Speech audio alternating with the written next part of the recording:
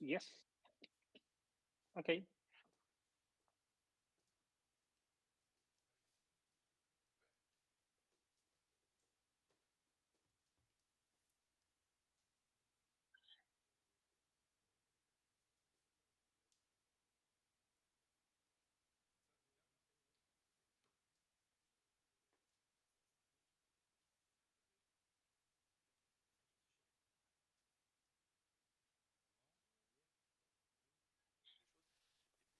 T'as mis le micro, t'as mis...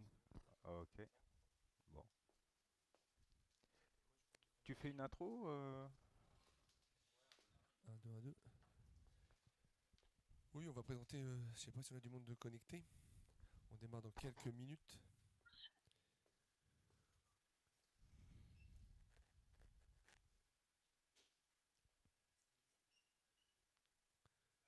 T'as un tali sur tes caméras? Tu dis? Y a un... T'as un tali sur les caméras? Hein, quoi? Euh, hein. D'accord. Bah ouais, Ah ouais, mais c'est non, pratique le j'ai tali. pas encore monté le plateau télé. C'est une bonne question.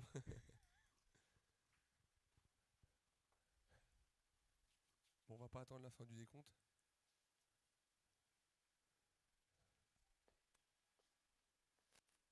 Alors, je vais envoyer le générique.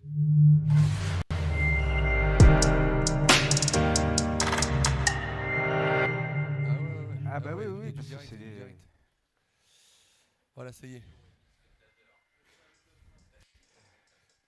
Ok, alors on est chez EAVS à Bonneuil-sur-Marne. Bonjour à tous, bonjour à ceux qui sont connectés ou qui revisionneront cette vidéo plus tard sur notre chaîne YouTube.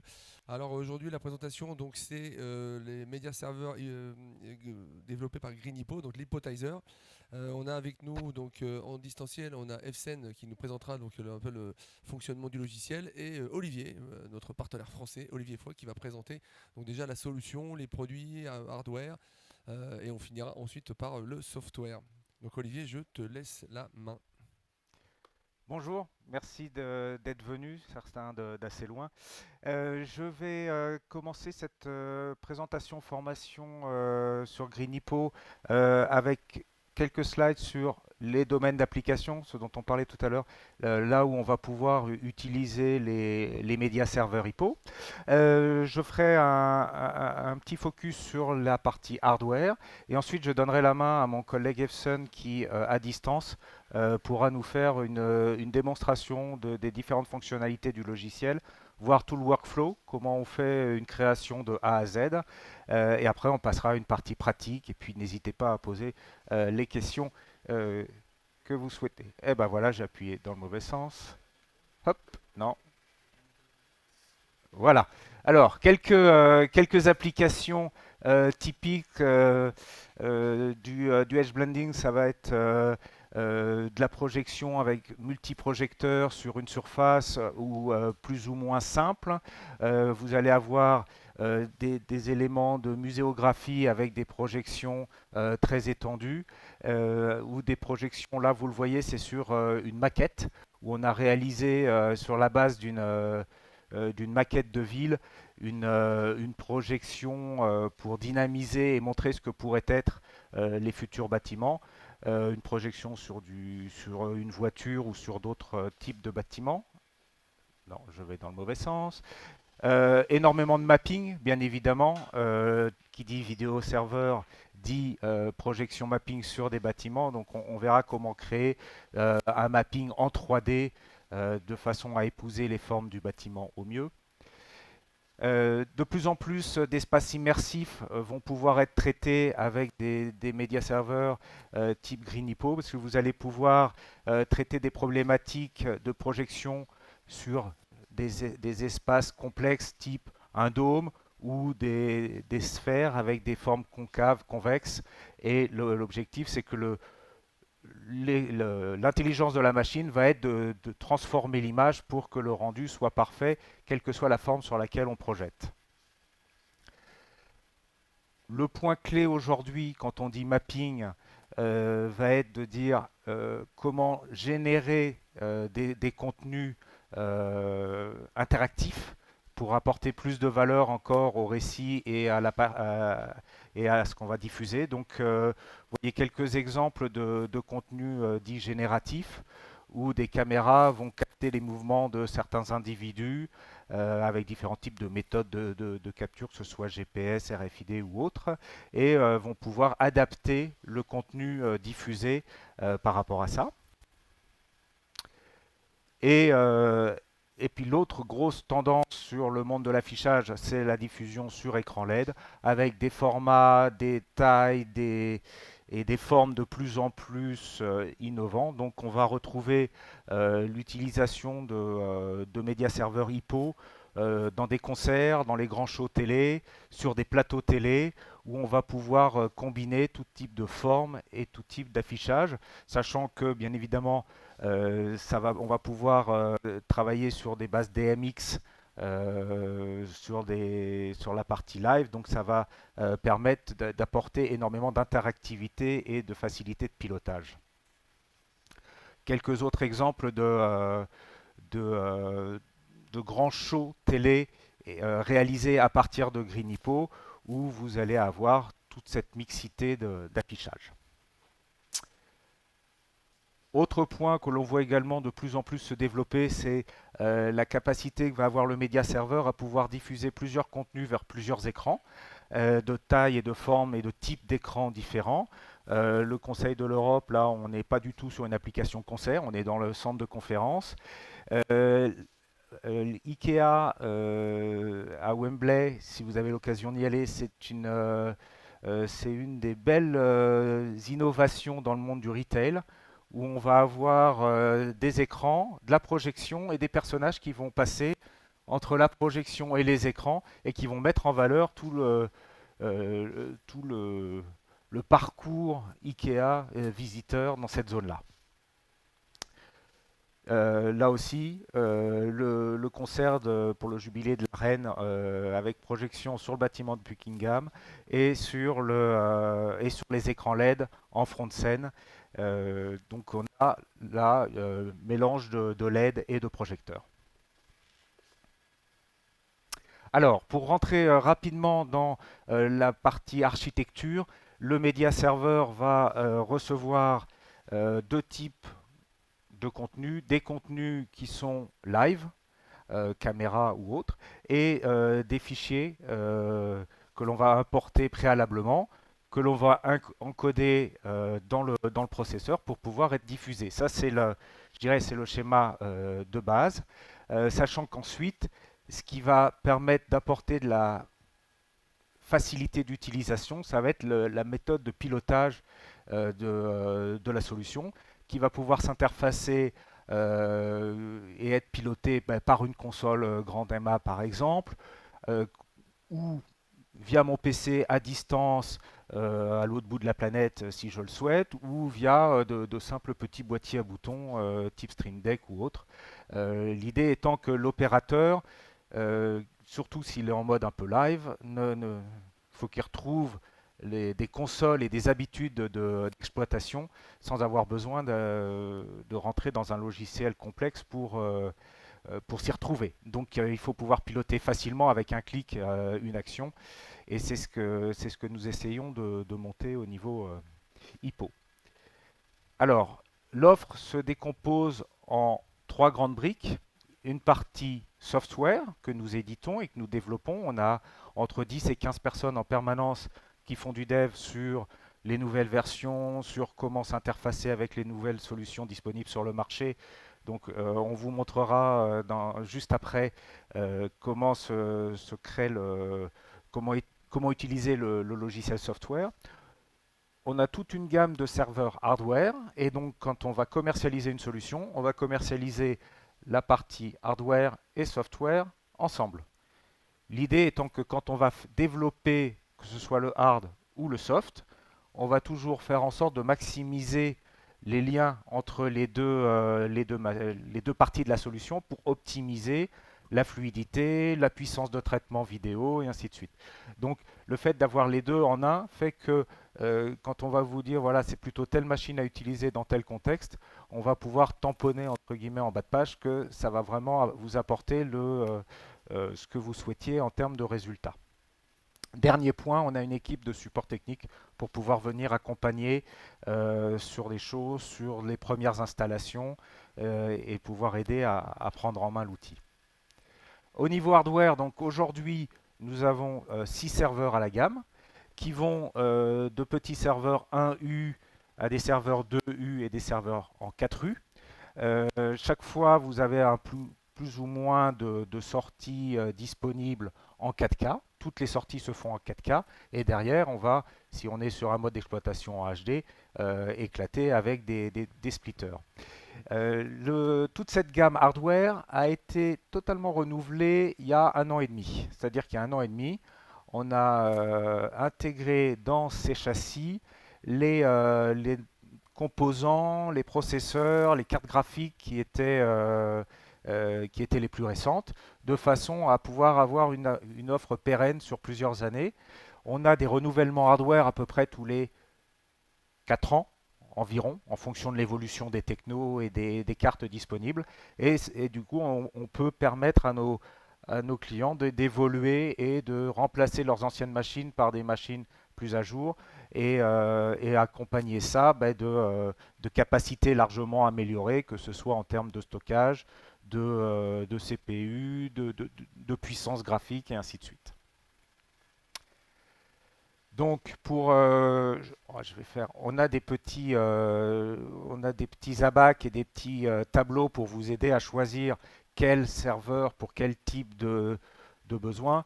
Grosso modo, le choix du serveur, vous allez le réaliser en fonction du nombre d'entrées, du nombre et du type d'entrée et de sortie que vous souhaitez. De base, le plus petit qui est ici, le Nevis, est un produit qui fait un U de hauteur et un demi rack en largeur. Il n'a pas la capacité d'avoir des cartes optionnelles de capture type 3G SDI, ce que les plus gros serveurs, bien évidemment, vont pouvoir apporter. Donc, entrée et sortie vont être un premier critère pour choisir si je prends quelque chose avec 2 sorties 4K, 4 sorties 4K par exemple. Et ensuite, c'est ce qu'on va souhaiter opérer et gérer comme contenu qui va faire qu'on va choisir une machine plus ou moins puissante, parce que si vous avez des besoins d'interactivité ou de contenu très très riche avec énormément de couches et d'interactions entre les différentes couches, ou si vous avez du mapping et du warping assez complexe à réaliser, ça va nécessiter beaucoup plus de puissance processeur, et donc bien évidemment, on va être amené à conseiller, plutôt que d'utiliser celui-là, d'utiliser le produit juste au-dessus dans la gamme, qui va avoir, même s'il a les caractéristiques mécaniques identiques en termes d'entrée-sortie, il aura peut-être plus de puissance de traitement, et donc le processeur sera plus adapté à ce que l'on souhaite réaliser. Donc on a des petits tableaux comme ça pour vous permettre de bien visualiser si le produit si tel ou tel serveur va correspondre à votre besoin. Et je ne vais pas rentrer dans le détail là, mais sachez que on peut vraiment très finement adapter le choix du hardware par rapport à un besoin spécifique. Si on est sur une installation plus ou moins fixe ou avec toujours le même genre d'exploitation. Si on est plus sur un mode rental ou événementiel, là on aura tendance à conseiller de regarder par rapport à un nombre de sorties données et à prendre la machine qui va offrir le plus large possibilité de façon à ne pas se retrouver bloqué sur une installation. Voilà, pareil, on a la capacité à à évaluer la puissance de nos processeurs, notamment en termes de notch marks, donc de capacité de traitement d'effet notch. Et c'est quelque chose de très précis, de quantifier, donc ça permet vraiment de voir la puissance machine que l'on va avoir. Hop, voilà. Sur la partie software, je vais laisser la parole à mon collègue Efson qui va vous expliquer comment pas à pas créer un show et une opération. Juste pour préciser, il y a 3 parties dans notre logiciel. Il y a une partie shape qui est vraiment à part, qui va consister à tout ce qui est 3D et qui est très consommateur de ressources. Donc, on l'a mis à part parce que si vous n'avez pas besoin de 3D, ça sert à rien de le lancer parce que ça va utiliser de la puissance processeur. Donc on va concentrer la puissance processeur de la machine sur ce dont on a vraiment besoin. Donc Shape est à part, si vous le voulez, il est dans l'offre logicielle de base, donc on peut l'activer, mais il peut y avoir des cas où on n'a pas forcément besoin de l'activer, donc c'est un peu à part. Zookeeper, c'est l'interface que l'utilisateur va avoir en face de lui lorsqu'il va programmer toute son opération, et c'est là-dessus que Epson va travailler. Et la dernière partie de la solution, c'est le engine. C'est un peu la face cachée qui va gérer tous les flux et toute la diffusion. Donc le workflow que l'on va vous présenter est très simple. La première partie, c'est le design de votre configuration, avec notamment le fait de recevoir les médias, de les encoder en fonction de ce que l'on souhaite avoir comme résultat, si on a des contraintes de bande passante, des contraintes de mémoire, ou si au contraire on veut optimiser le rendu final. On va pouvoir travailler sur les effets spéciaux, tout ça on va le voir. Ensuite, on va préparer avec deux éléments principaux qui sont une timeline très précise et de la visualisation, de la prévisualisation en 3D de la réalisation que vous aurez à faire ensuite.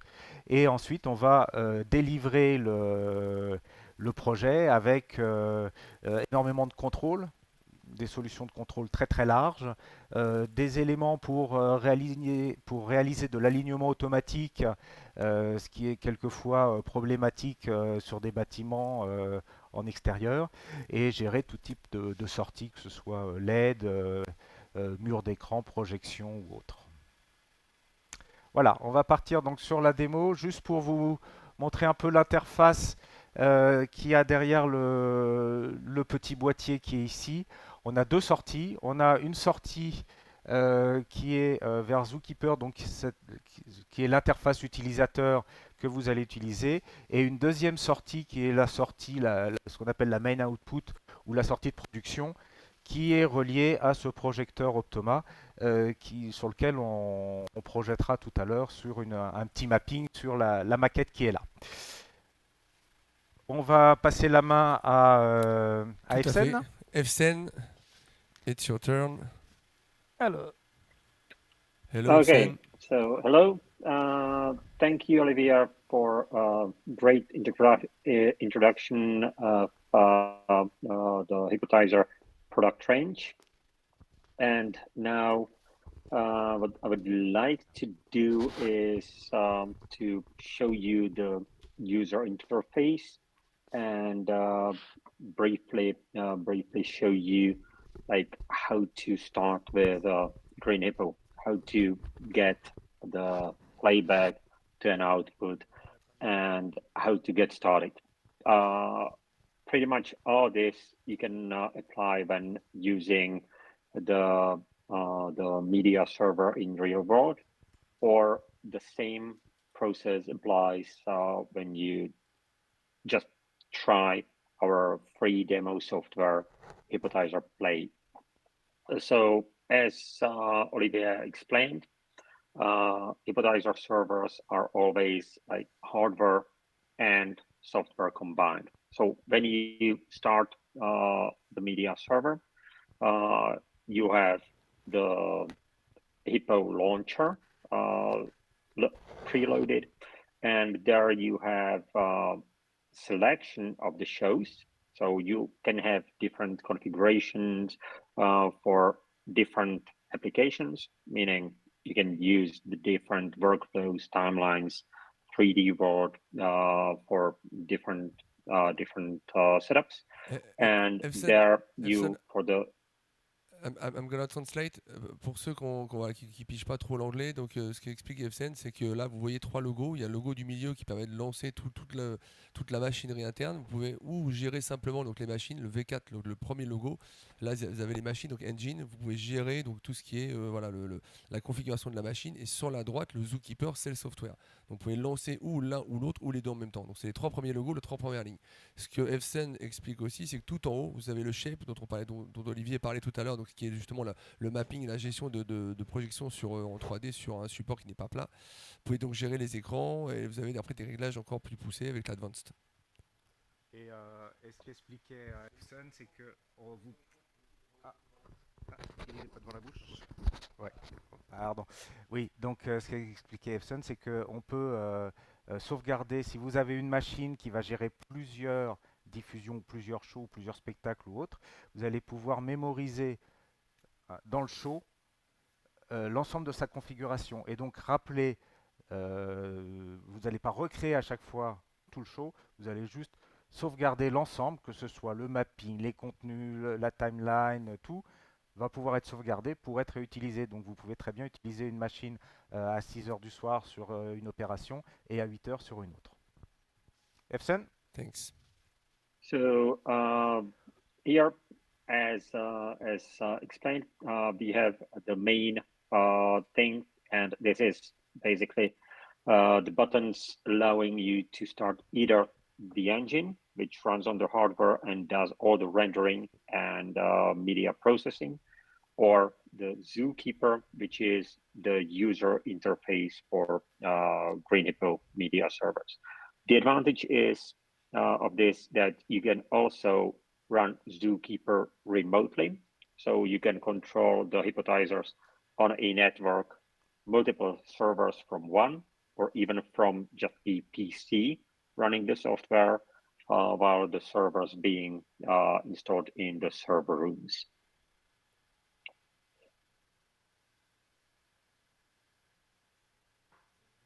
Now, there are more tabs here available, like the licensing information, how many feature releases are left, because every server comes with not just hardware warranty, but also software assurance, which means like prepaid software upgrades. So when we release new features, you are allowed to install new software for 4 more versions, 4 upgrade versions, for which is approximately 3 years. After that, you can pay for future upgrades as well, but this is what you get with every new server. Another tab is advanced, which allows you to manage your network, enable like auto startup of the engine or Zookeeper.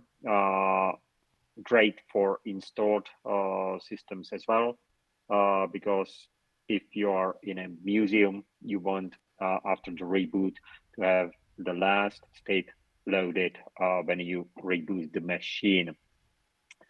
Here you can also download the software, and you can also manage the displays through the Edit Manager.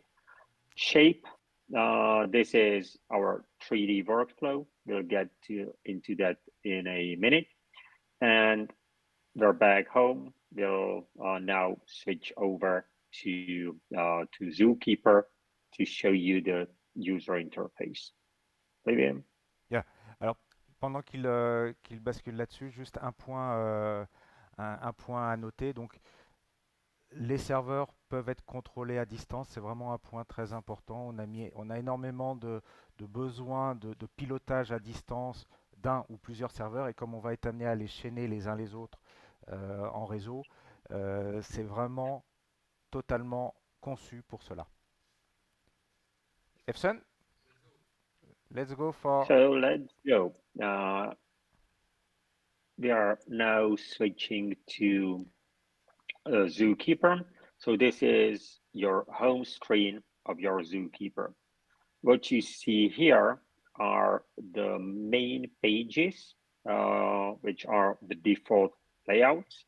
And here is the more screens or more configurations or user interface elements where you can create your own customized user interface. I'll show you how to do that later or toward the end. Now I would start with the configuration itself. So the configuration is important because here you have again the network settings. You have the statistics in case you need some troubleshooting. Video capture with Navis, we cannot install onboard capture card. So this is grayed out on AMBA or bigger servers. If you have capture card installed, there would be the configuration of your inputs. And NDI settings, you can disable the auto mode.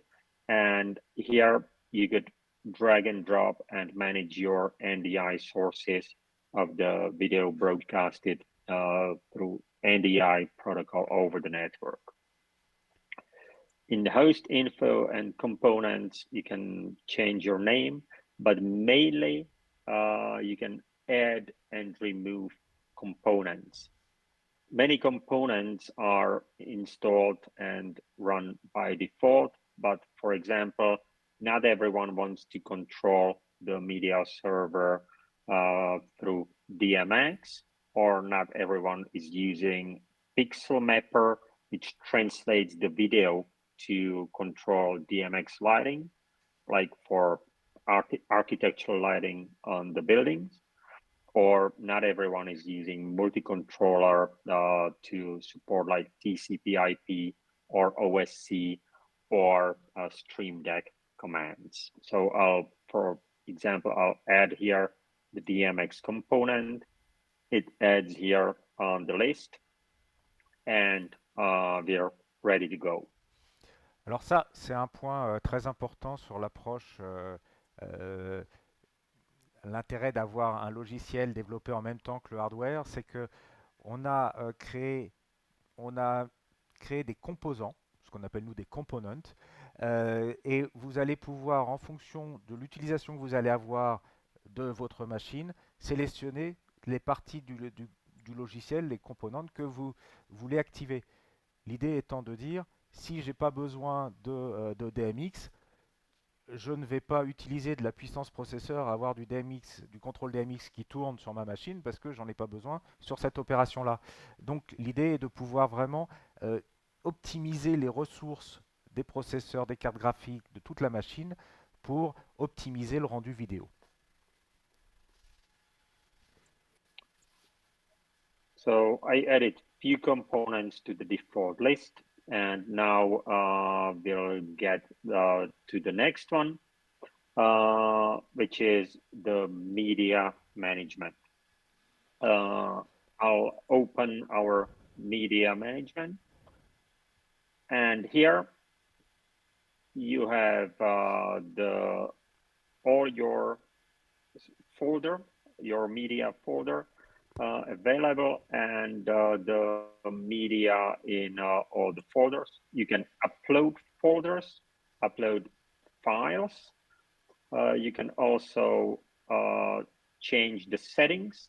So we use our own codecs, which is called FlexRes. It's HEP based, and so if your media is encoded in HEP codec, we allow the import without transcoding. If it's like MPEG-4 or other formats supported, you need to transcode it. It is because we like the performance and we like your creativity.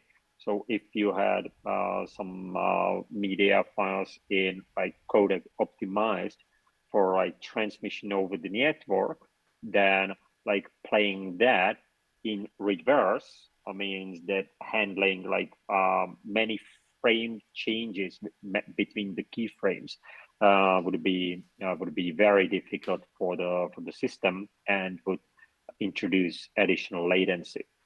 So this is basically the optimization for real-world, real-time performance. Great thing is synchronization. So if you have a show that is handled by multiple servers, you can synchronize the media across the network. So when you upload the media to one server, then you spread that or distribute the content over the network. Great tool is Watch Folder.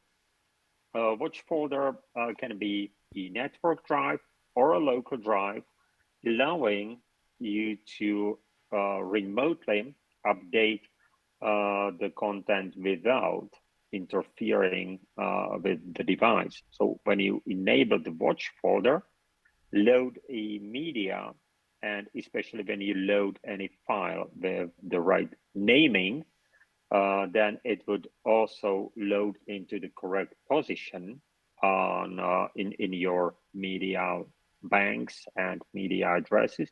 So all references for the media can be updated. This is particularly great for something like projection mapping, in-store projection mapping, or digital signage application, because you change the media for some special event, and all the timelines and references to those to that media is updated, and then you switch back to the original one. So this is dealing with the media. And just the clips that you want to play back, you load into your media map. juste pour reprendre, donc comme vous l'avez vu, on a tous les contenus qui vont être stockés dans des répertoires, des sous-répertoires et ainsi de suite.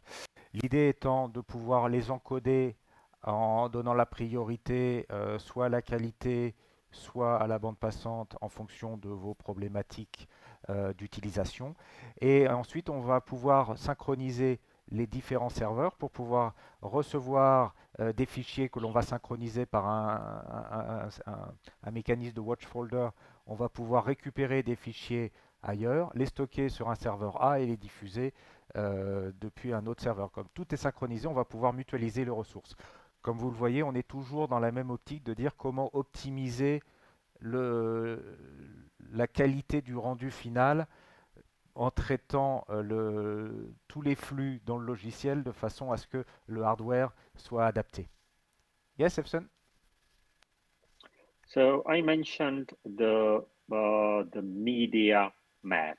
The media map is basically the way we tell the Hippotizer how to access the media files in your system.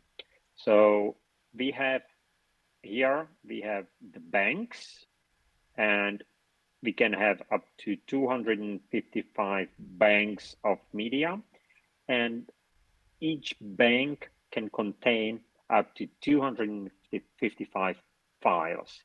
So this is particularly great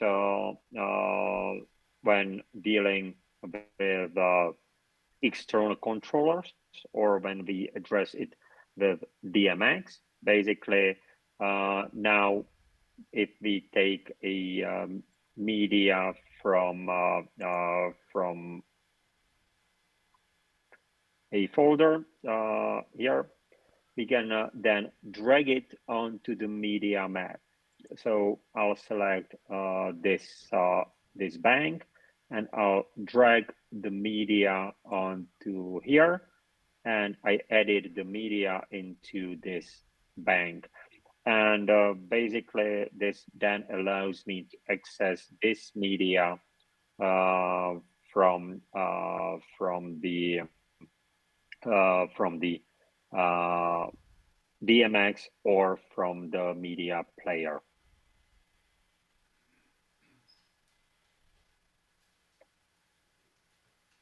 Olivier?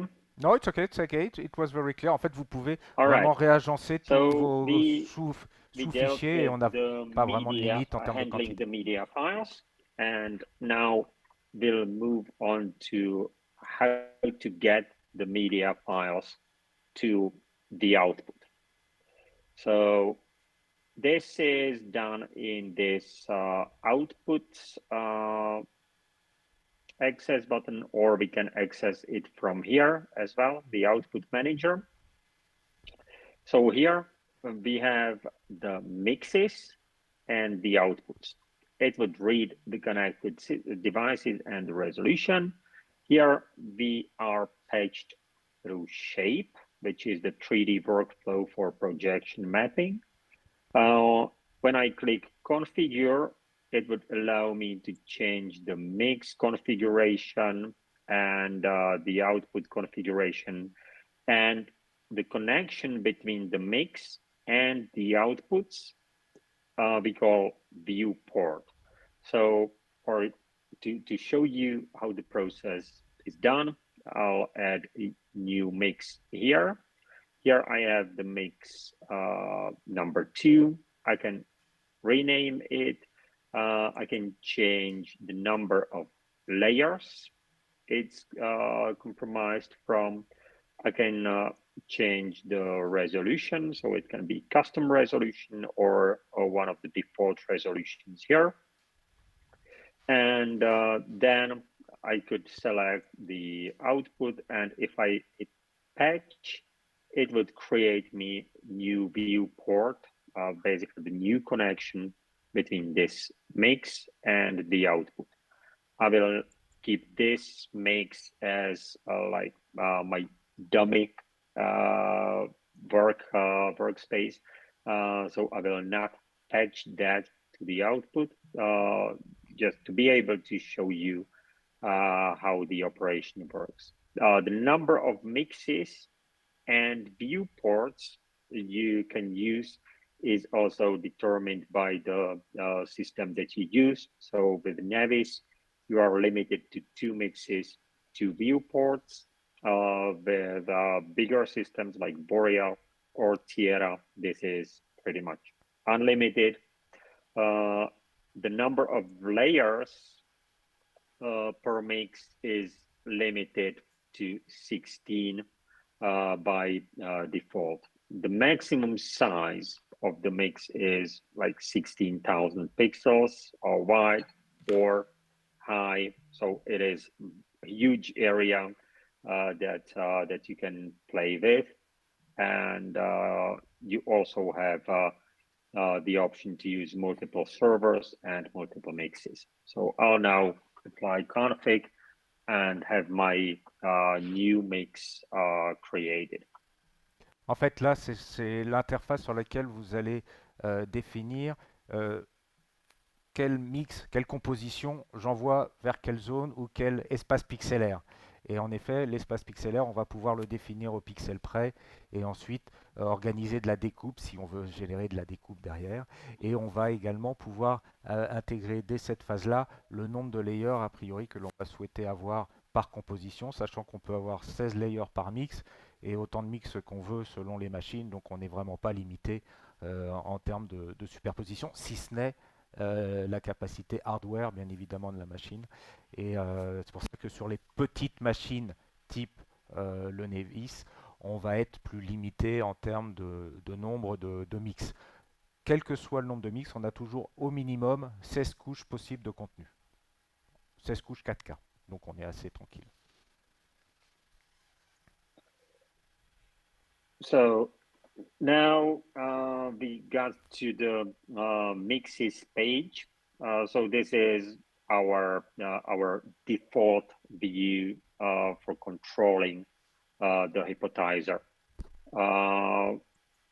What we have here on the left-hand side is the list of my connected servers and my mixes page. So here I have my mix 1, I have my mix 2. The mix is combination or compromised of layers. Layer is, they are in order. So the lower layer is like at the bottom. So if I have some media loaded here, this would be my output from the mix. If I then load a different media onto the layer 2, it would result in the layer 2 being visible. Or there is the transition available. So you can have the layer partially visible, and you can combine multiple of them as well. So I'll let Olivier to take over here and explain a little bit the layer principle, Donc, how they combine in a mix. And then I'll show you how to deal with it, how to have the media played back, how to control the outputs, and what tools do you have on the layer and on the mix.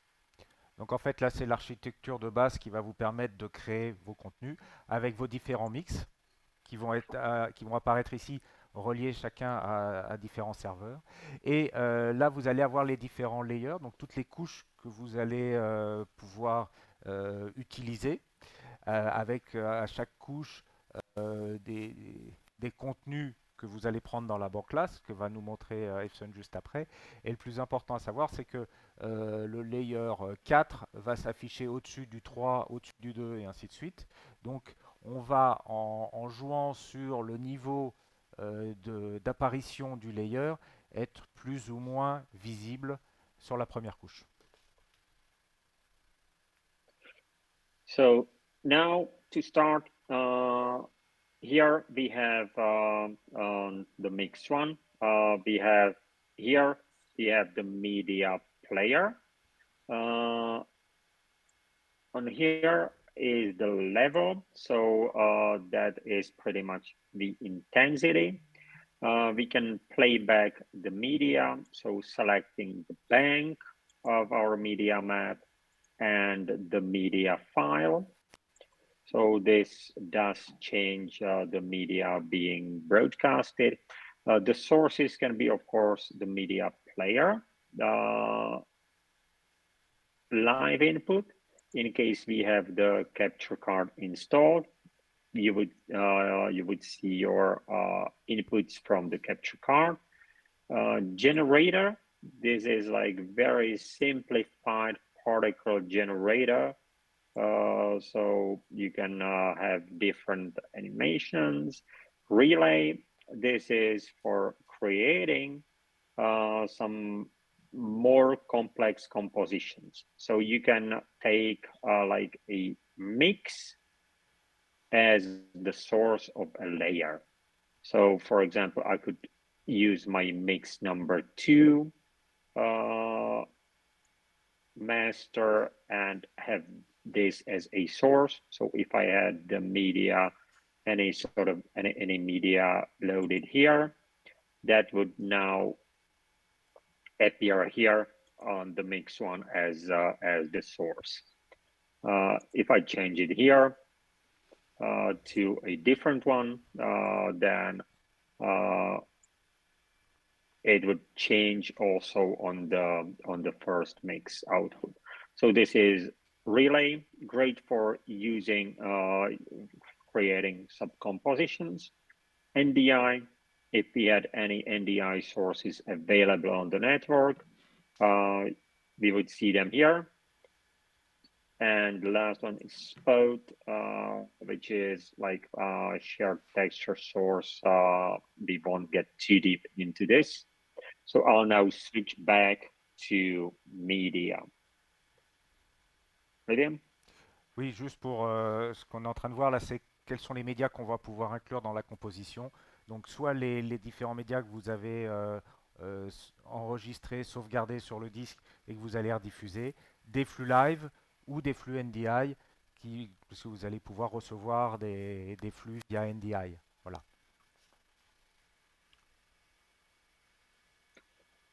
Now, with the media, it can be still image like we've got here, but we also can have some animated media or some animated content. And for that, we have different options to play back. So now we have playback forward looping. So it would continue for forever until we stop it. We can play back once forward. We can pause it. We can play it backwards. We can play backward looping. We can do ping pong. So basically get to the end and then play it in reverse to the beginning. We can jump to the in point or to the out point. We can also create an inner loop. So here also we can change the in point, out, in loop point, out loop point, and out point. So basically, if I want to shorten my loop, I could do it easily like this.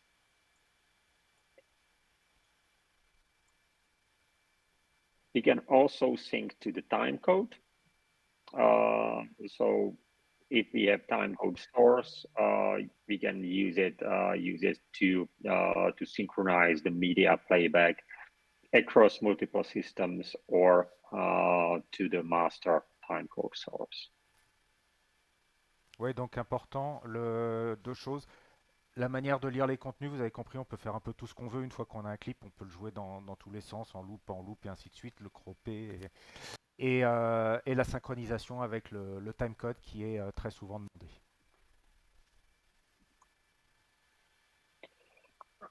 So now it is that we are not media player, but media server. So it allows us to manipulate the media in real time. So we can adjust the color. We have different tools for that. But if I want to make the picture red, I can make it red. If I want to make it green, I'll remove the other colors. I might bump up the green a little bit. And here on the right-hand side, we have the visualizer. We'll get to that later, but here you can see the visualized output of the system on your screen. Oui, là on commence à toucher un point important qui est la notion de real-time, de temps réel, où on va pouvoir faire des modifications sur ce que l'on diffuse en temps réel, ce qui sur bon nombre d'opérations est critique.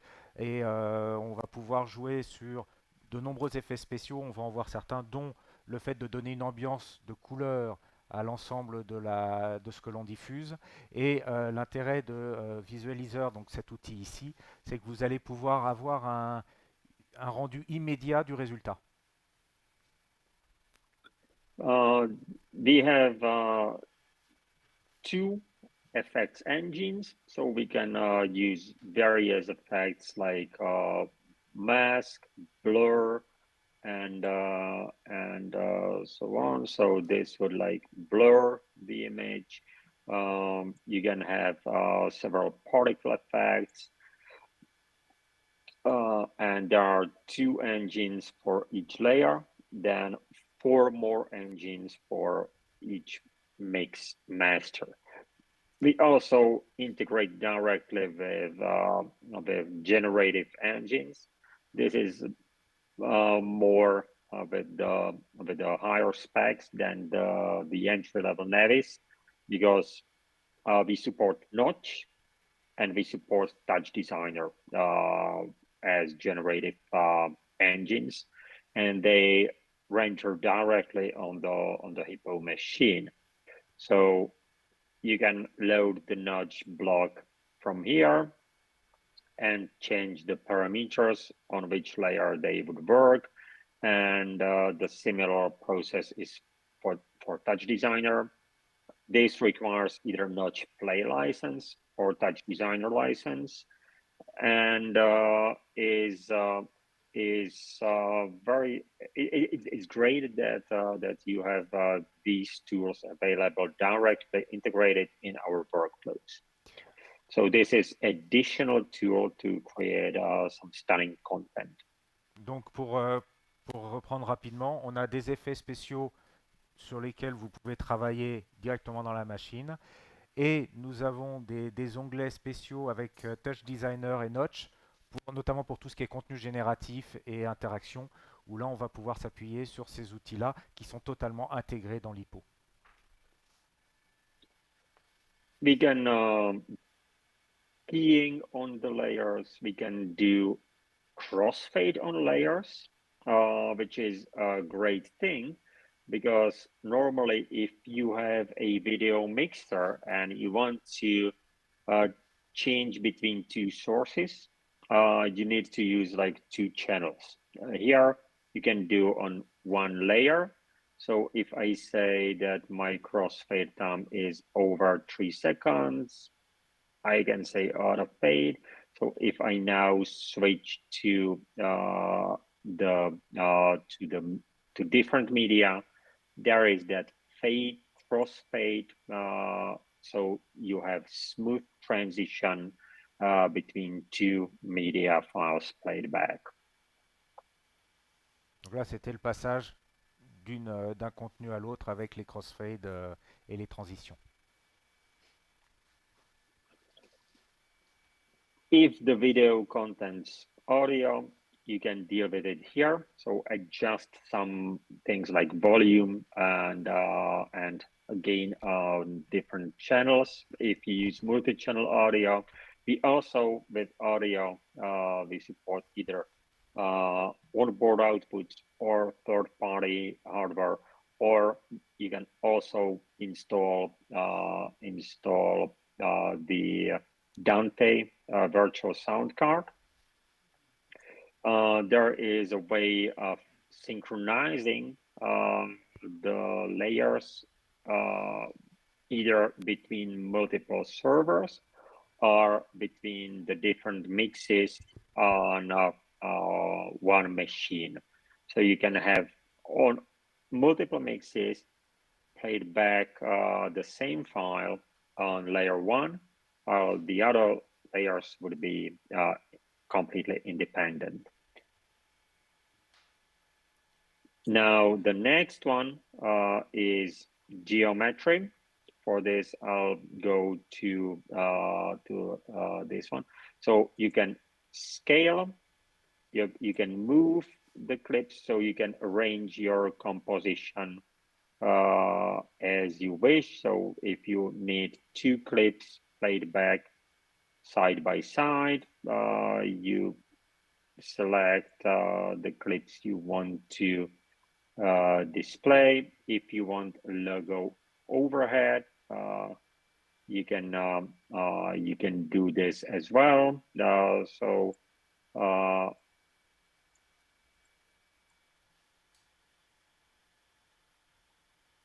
So this would be now my example of my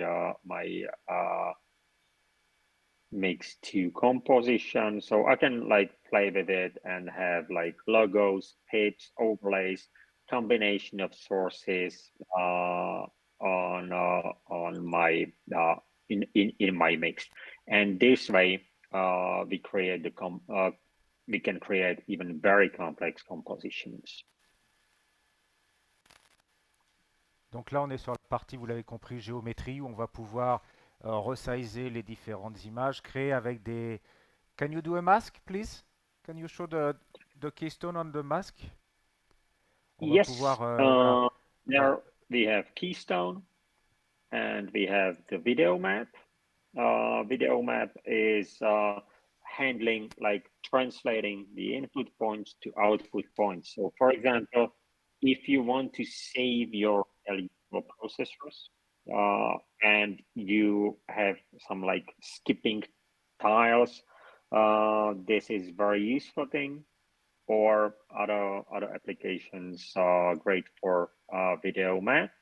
Keystone, pretty simple thing of changing the keystone of a projector. Double clicking would reset it. And we have also different options of like auto scaling the clip when loaded. So you can say fit to width, fit to height, autofill, or auto scale. So that would either like zoom out or zoom in the clip if it's in different resolution automatically. Voilà, donc juste pour résumer, on a des capacités de traitement géométrique infinies, puisque vous pouvez même vous créer vos propres masques avec vos propres formes et dire voilà, en couche numéro 4, je veux que ce soit je sais pas, une forme que vous aurez définie vous-même qui va apparaître en plus ou moins visible avec le contenu que vous souhaitez dedans. And now a great tool to create compositions is using the mask. So what I've got here, I've got my clip played back in full, and this would pretty much go crazy. But I want to project only on a portion of my projection or my screen. So for that, I can create a mask, name that circle, but I made it square. So my fault, but here I can load the mask, and now you can see that it is projecting only on the center part of the church. And now also there are you can combine the masks or create very complex ones. This is also very useful to limit the bleed when projecting on surface which is not rectangular. So if you have like L-shaped projection screen, you have the projector, so mask is the easiest of handling it. Oui, en fait, Epson vient de vous montrer comment on peut recréer un layer avec des formats spécifiques, sachant que là, vous allez définir la forme que vous souhaitez, vous allez pouvoir le modifier, rajouter n'importe quelle autre forme et ainsi de suite. Donc c'est un outil au niveau composition très très puissant quand vous avez une surface qui n'est pas 16 neuvième rectangulaire plate classique. Là, vous allez être amené à utiliser ce genre d'outil très créatif. Now, so we are playing back two layers, one with mask, one full screen. There are multiple ways of combining these layers. So there is sprite, which is not transparent, only if it had alpha. If there is alpha, then you select alpha and it would use the alpha channel. You can have the Luma key, which is the simple and very easy Luma keying. So you can see that everything that's black or very dark does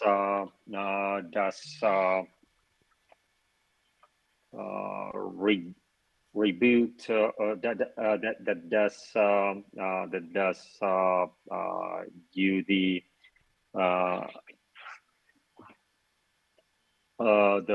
then there are more tools like add, subtract, multiply, and so on. Ouais, là, c'est l'idée de pouvoir utiliser tous les traitements classiques d'insert, de Luma, de chroma et ainsi de suite entre les différentes couches. Donc là, vous avez une palette très très large de possibilités. Okay, I'm sorry. It seems that I have some internet issues here, so I need to reconnect to your system. Visiblement, il a perdu la connexion. Donc, juste pour résumer, vous avez vos différentes couches, vous placez vous créez les formes adaptées à l'endroit sur lequel vous allez diffuser, et ensuite vous allez pouvoir gérer avec tous les effets de l'UMA et d'inclusion les différentes couches entre elles. Okay, so I'm back. All right, so this is basically the options to combine multiple media. You can see the difference like between the keying, adding, subtracting the media. So this is a great way of dealing with this. Then you have the mix master. Mix master is can be connected to pixel mapper, basically translating the video to DMX, four more effects engines, and also the option to send the NDI over the network. So translating the output to NDI. Sometimes it's great when dealing with projectors, so you don't need them physically connected if they accept NDI as a source.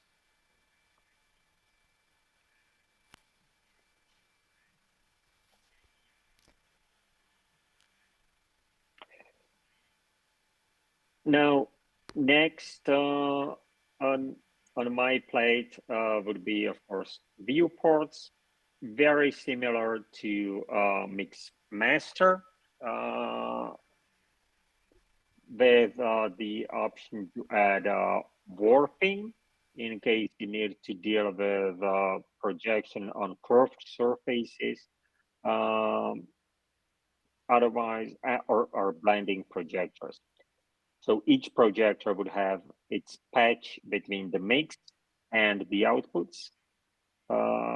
And you would do here you can also do the warping and adjust the blending. Next, on my plate, sorry.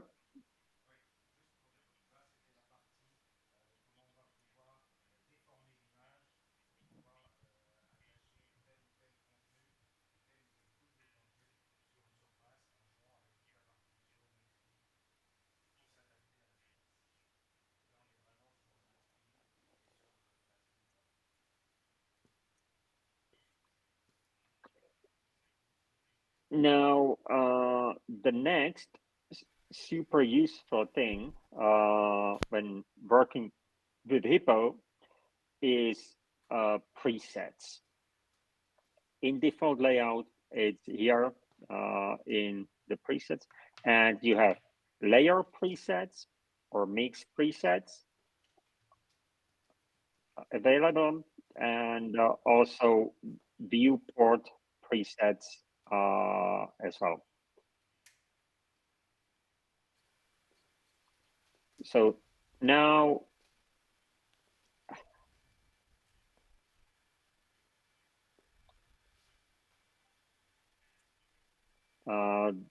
the preset, the mix preset, you can then use it on any mix. Again, it's structured in the banks and presets. So I can say that I want to have on this mix, I want to record a preset with all information.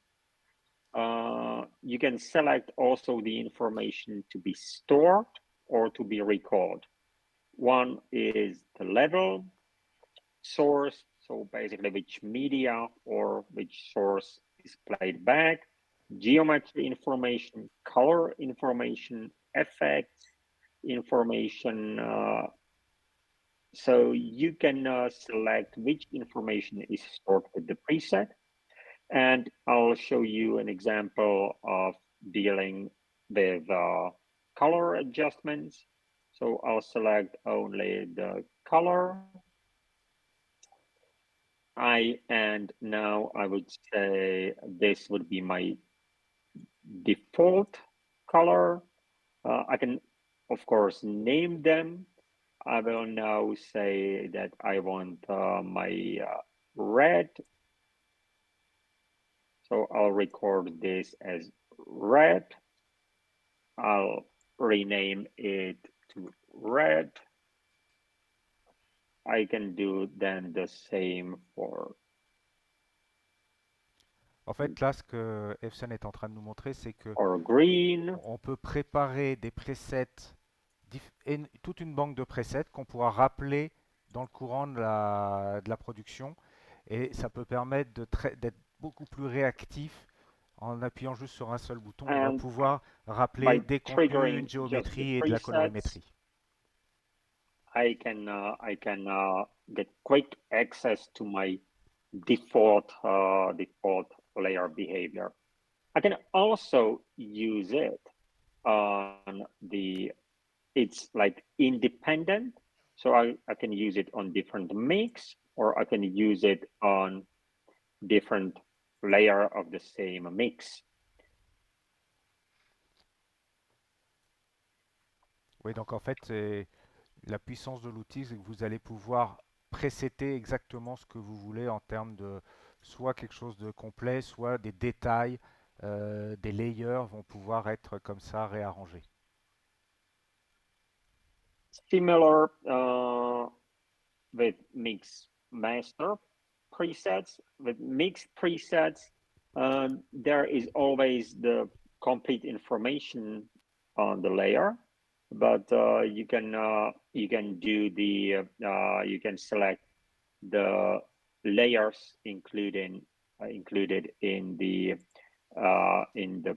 preset. So I can now say, all right, I want to record this composition with my masked input of my second layer, and I'll remove this from it. I'll save that as my background, and I can now select this load different content in mix 2. Okay, so something that would look cool. And I'll save this as third preset on my mix master. And now I can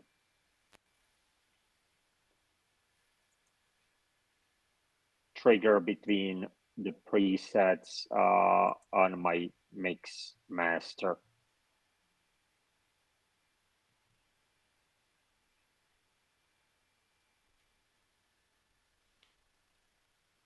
Okay. Okay. Now we go to the timeline, I guess.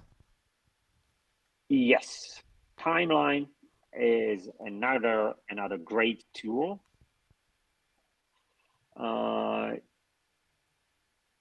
I'll remove the shape visualizer because we're running it under separate window.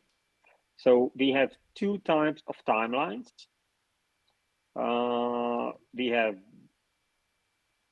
new timeline, or we have new preset timeline. Here you would see the timeline list. These timelines can be like transformed, but here my point is that I want only like the mix one, timeline for mix one, because this is the one we are working on right now. So we can select different components that will be affected by the timeline. So I'll make the new timeline and I'll edit it, bring this to here to the editor. Now, for those familiar with Adobe After Effects, it is pretty much very similar concept of the timeline, relying on the keyframes. Donc en fait, la timeline So, telle qu'on la présente your désormais, playhead is would do the job. You can then, of course, work with the layers that you want to work with, and you have also the options to work with the source or different parameters of the layers. So you can expand all parameters of the layer, or you can say, all right, now I'm gonna deal just with my source and with my level. So what I can say that now I will save my current status of mix one layer one. So this is my mix one layer one, and I'll store a keyframe for the media player. So I have my media selection tool. Okay, it would be nice to zoom in here, or I can save the current status.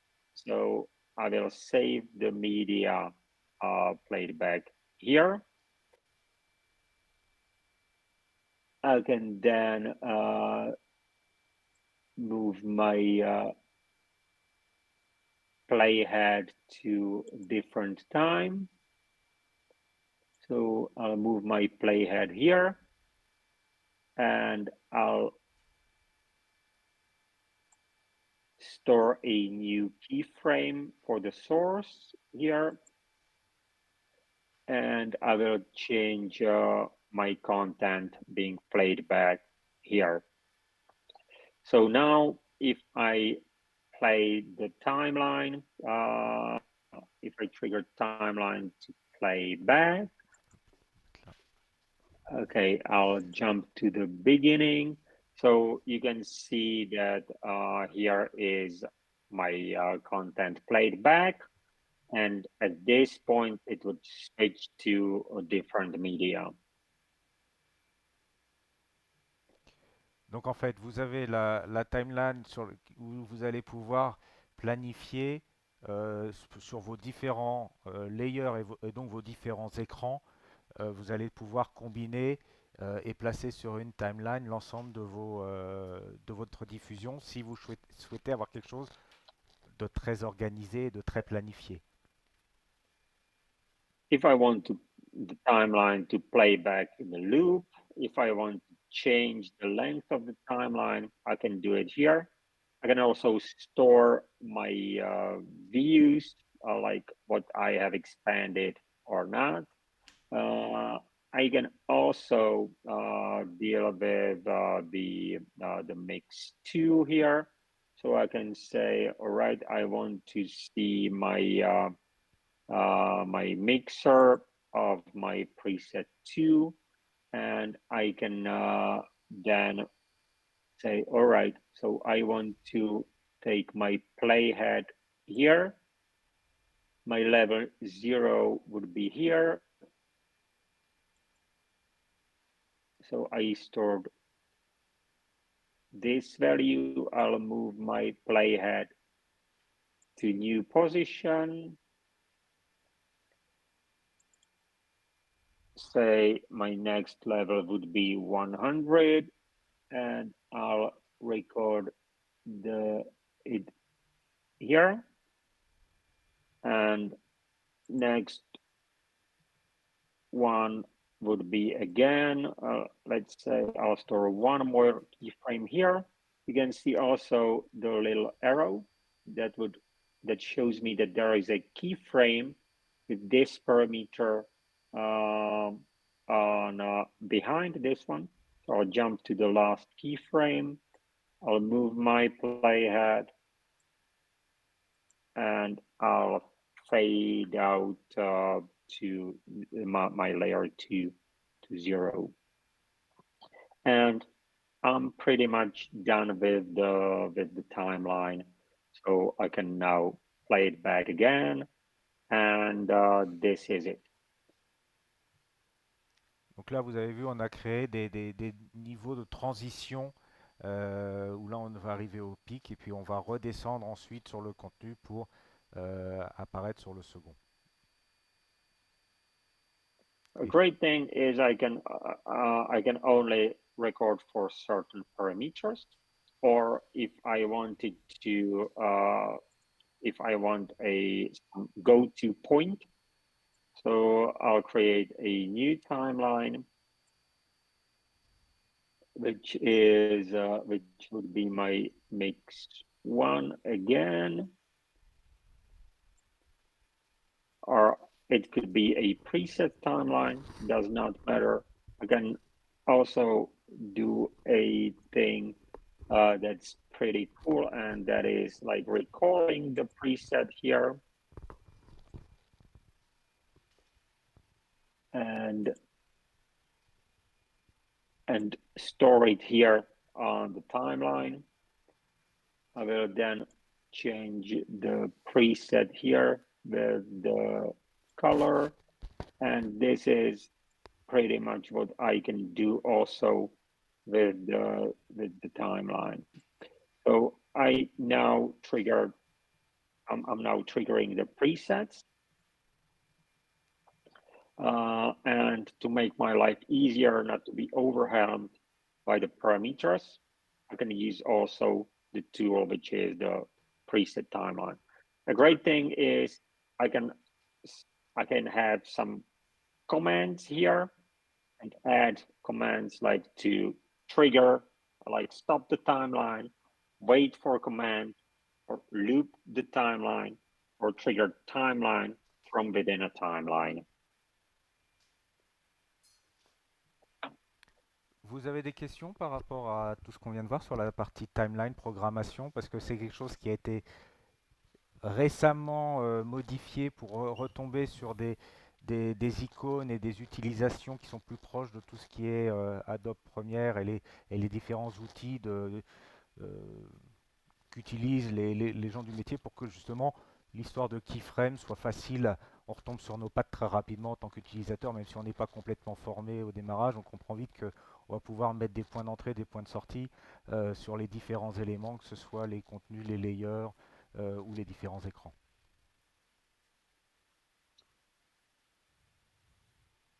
Super. Thanks a lot, Efsen. It was great. You're welcome. I guess that after this session in like smaller group, you can also explain or show amazing tools that we have like Visualizer and demonstrate the projector alignment process using Shape. Oui. So thank you for attention, and Merci, thank you guys for your great support. And I'm very sorry I could not be here or there in Paris with you today. Thank you, Efsen. Thank you, Efsen. See you. Bye bye. Voilà, donc on a vu, on a essayé de tenir sur le timing qui nous était, qu'on s'était fixé. Il y a d'autres choses, si vous voulez, qu'on pourra voir dans le détail ensuite, notamment sur la partie comment aligner les points si on fait du mapping. Ça, c'est un point important. Également le visualiseur, qui est l'outil qui va nous permettre de préparer, que ce soit un mapping, que ce soit une convention, une réunion ou n'importe. On va pouvoir tout visualiser préparer en apportant le plan en 3D du bâtiment, si on parle d'un lieu immersif ou n'importe quoi, on va pouvoir importer le plan du bâtiment et simuler totalement ce que sera la réalisation future. Et donc, comme on va pouvoir sauvegarder son show, on peut tout préparer à l'avance, arriver sur site et diffuser très rapidement. Donc ça, c'est un outil. On n'a pas le temps de vous montrer toute l'étendue de ce que peut faire le serveur Hippo, mais vous avez énormément de possibilités, notamment pour vous faciliter la vie en termes d'utilisation et de préparer un maximum de choses. Est-ce qu'il y a des questions particulières ou est-ce que vous voulez qu'on les adresse après? Bah, je pense qu'on va passer éventuellement un peu à la pratique. On va regarder un petit peu le shape. Moi, je vais couper le streaming. Merci à tous de nous avoir suivis. Vous pouvez revisionner cette vidéo sur notre chaîne YouTube, bien sûr, sur EAVS Group. Et on vous dit bonne journée, bon week-end à tous.